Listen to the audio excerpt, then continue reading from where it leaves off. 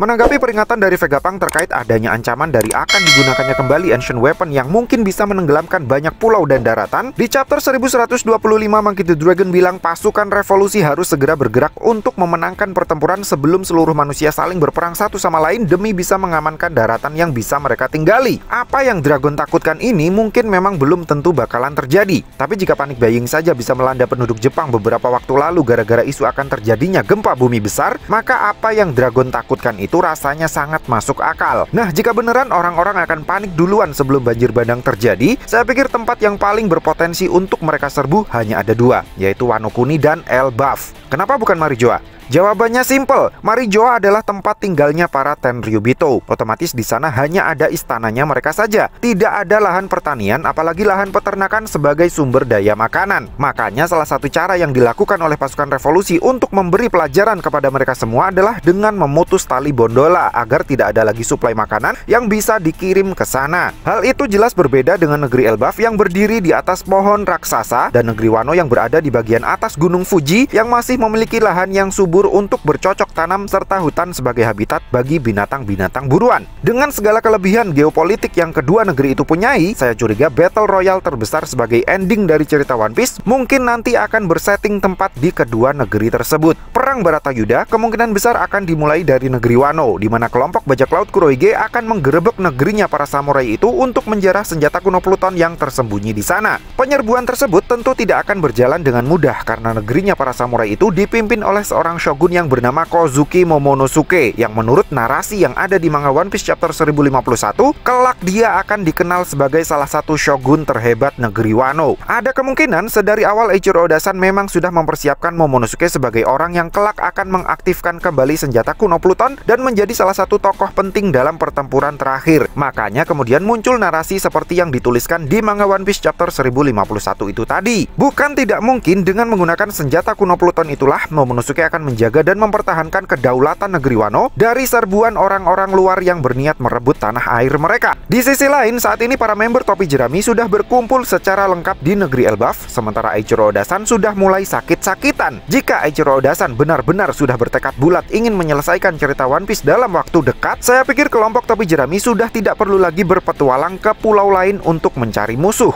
Cukup menyelesaikan masalah yang ada di Elbaf terkait pangeran terkutuk Loki, lalu musuh-musuh terakhirnya otomatis akan datang dengan sendirinya ke negeri yang konon tidak pernah berhenti berperang tersebut. Mirip-mirip seperti perangkap nyamuk elektrik inilah yang bisa menarik nyamuk dengan cahaya lampunya, lalu menangkap dan mengurung mereka hidup-hidup hingga mati beberapa jam kemudian akibat efek dari pengeringan udara. Karena tidak membunuh nyamuk secara instan seperti zat-zat kimia yang digunakan dalam obat nyamuk konvensional, lampu perangkap nyamuk ini jadi lebih aman untuk kesehatan. Nah, menariknya, tempat di mana Luffy dan Loki berada saat ini konon disebut sebagai wilayah Niflheim yang menurut Loki merupakan The First World. Hal ini semakin menguatkan teori jika terdapat 9 dunia di Elbaf yang terinspirasi dari mitologi bangsa Nordik. Dengan kata lain, ada 9 wilayah di Elbaf yang dinamai dengan nama 9 dunia dari mitologi bangsa Nordik, yaitu Niflheim, Muspelheim, Jotunheim, Vanaheim, Alfheim, Svartalheim, Helheim, Midgard, hingga Asgard. Di mana Midgard kemungkinan besar merupakan wilayah tengah yang dihuni oleh para penduduk raksasa kebanyakan. Sementara Asgard kemungkinan adalah wilayah paling atas dari pohon Adam yang merupakan tempat di mana keluarga raja dan para bangsawan raksasa tinggal. Nah, jika benar Elbaf terbagi menjadi 9 wilayah seperti itu,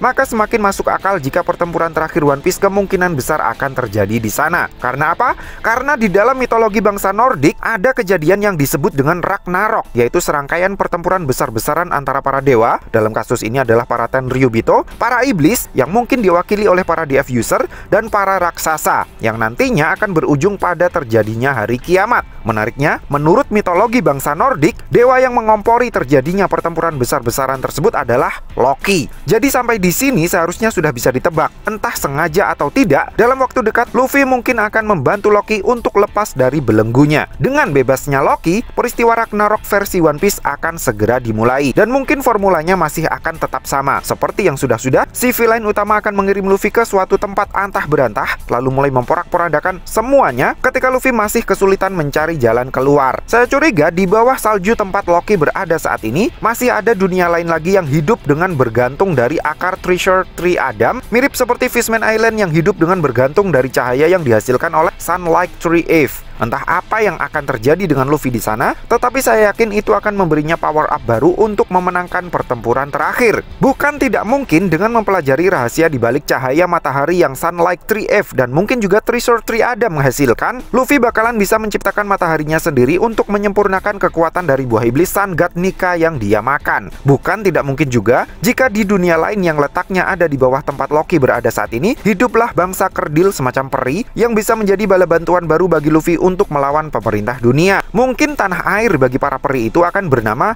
Helheim, dan Luffy akan dikirim oleh Loki ke sana sebelum dia naik ke Midgard dan Asgard untuk memporak-porandakan segalanya. Karena bayangan saya, Elbaf itu tidak hanya seperti pohon dunia Yggdrasil, tetapi juga seperti benteng Ya'juj Ma'juj yang sekali makhluk raksasa dan makhluk kerdil itu bisa keluar dari kurungan, habislah seluruh dunia. Nah, jika memang di Elbaf ada pasukan yang semengerikan itu, lalu kenapa mereka tidak menjajah dunia luar? Jawabannya mungkin hanya ada satu. Hingga saat ini, mungkin masih terjadi civil war di Elbaf. Saya pikir ini cukup masuk akal, karena kan Loki bilang Elbaf adalah sebuah daratan di mana terjadi pertempuran yang tidak pernah berakhir. Hingga saat ini 9 dunia atau 9 bangsa yang hidup di Elbaf mungkin masih terus berselisih karena suatu hal. Namun perselisihan mereka itu mungkin bukan disebabkan oleh perebutan wilayah atau kekuasaan, melainkan percekcokan sepele terkait masalah yang tidak penting seperti yang terjadi pada Dory dan Brogy. Saya curiga yang menjadi akar masalah dari perselisihan mereka adalah Sang Dewa Matahari. Bisa saja kan hanya karena masalah sate T-Rex siapa yang paling disukai oleh Sang Dewa Matahari yang menjadi pemicu perselisihan mereka hingga ribuan tahun lamanya. Di mana setiap kali ada ranting yang jatuh dari pohon Adam akan menjadi tanda kalau peperangan harus segera dimulai lagi. Mirip-mirip seperti kejadian gunung meletus di Little Garden yang menjadi pertanda kalau duel maut antara Dory dan Brogy harus dilanjutkan lagi gitulah. Sehingga meski sudah ribuan tahun berlalu, peperangan di Elbaf masih belum selesai-selesai juga. Karena perang tersebut baru akan selesai jika hanya tinggal 1 dari 9 bangsa saja yang tersisa, atau Sang Dewa Matahari sendiri yang turun tangan langsung untuk menghentikannya. Makanya begitu masuk ke Elbaf, kesannya seperti banyak sekali yang terobsesi untuk menjadi Sang Dewa Matahari. Jadi alasan Loki menghabisi ayahnya, memakan buah iblis legendaris dan mengaku-ngaku sebagai Sang Dewa Matahari mungkin tidak sepenuhnya jahat.